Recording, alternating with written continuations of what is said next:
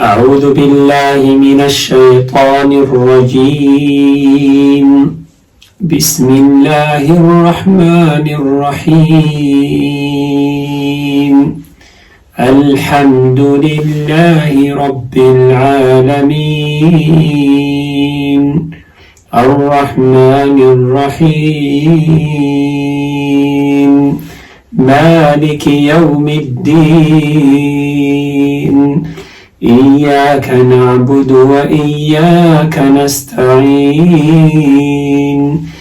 اهدنا الصراط المستقيم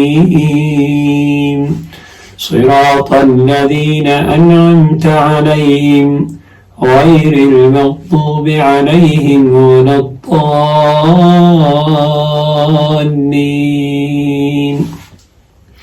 الحمد لله صدق الله العظيم وصدق رسوله الكريم. الحمد لله ثم الصلاة والسلام على رسول الله وعلى آله وصحبه أجمعين.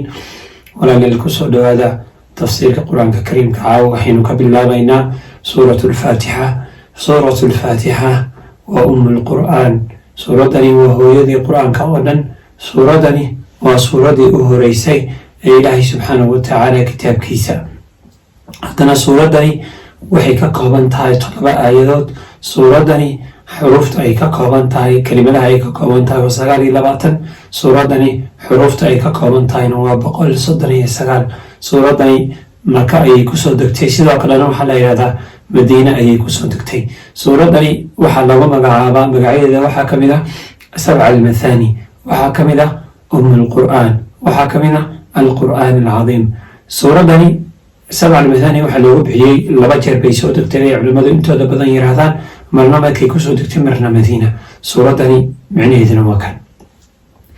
suuradan waxay ka hadlaysaa, intaan micnaha u gudbin, waxay ka hadlaysaa ilaahay mahadnaqiisa, waxay ka hadlaysaa in ilaahay loo mahadnaqo, in ilaahay subxaanahu watacaala la ammaano, in ilaahay subxaanahu watacaala la weydiiyo, iyadoo magacyadiisa wanaagsan ilaahay subxaanahu watacaala loogu yeerayo.